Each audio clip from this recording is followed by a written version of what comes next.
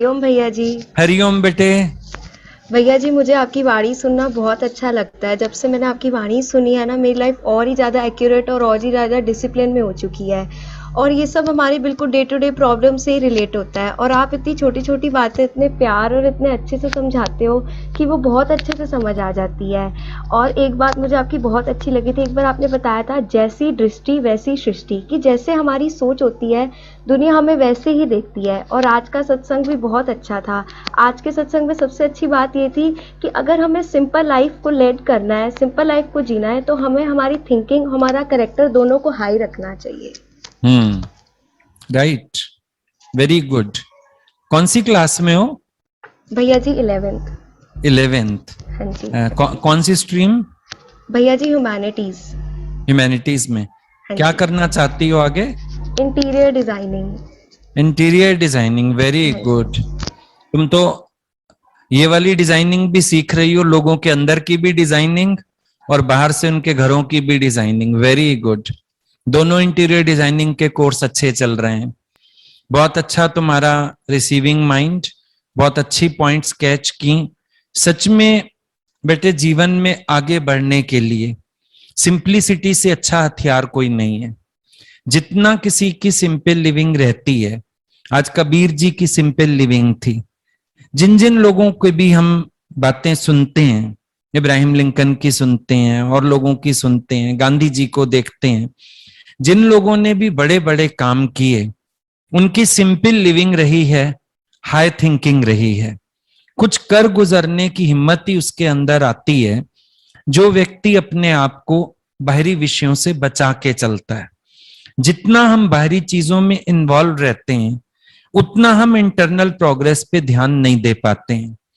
और जब हम इंटरनल प्रोग्रेस पे ध्यान देने लगते हैं, बाहर चीजों से मन हटता ही है।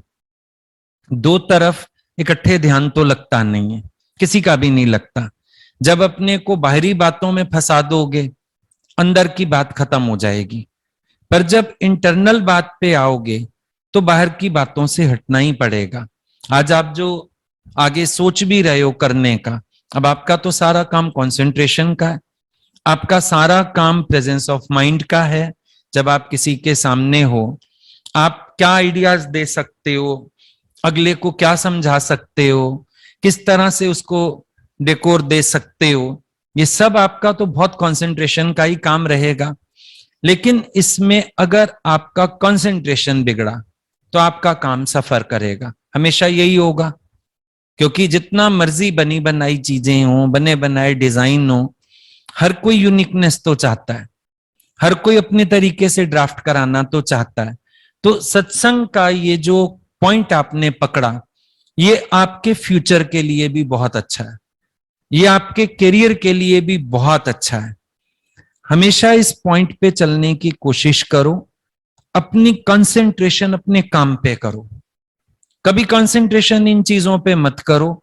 लोग क्या कह रहे हैं, लोगों ने क्या खाया, लोगों ने क्या पहना। आज हमारे पास भी ये लड़कियां रहती हैं, अभी तुम हेमा दीदी से ही मिलते हो।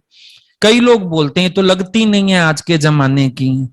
मैंने कहा आज के जमाने की होती तो फिर तुम्हारी तरह भटक रही होती ना, भगवान की शरण तो नहीं बैठी होती।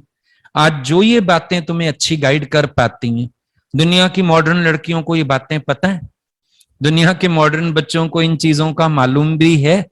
तो पता चलता है ना, जो अपने को समेट के चलता है, उसकी प्रज्ञा खुलती है, बुद्धि खुलती है, ज्ञान खुलता है उसके अंदर का। और जो व्यक्ति अपने को बाहरी विषयों में हैरान परेशान कर लेता है, अंदर से उसकी बुद्धि जड़ हो जाती है। तो आप अपने बात को समझ के चलो, विचार के चलो और अपना एम अपने आगे रख के चलो। ठीक है बेटे? थैंक यू भैया जी। ओके बेटे, गॉड ब्लेस यू।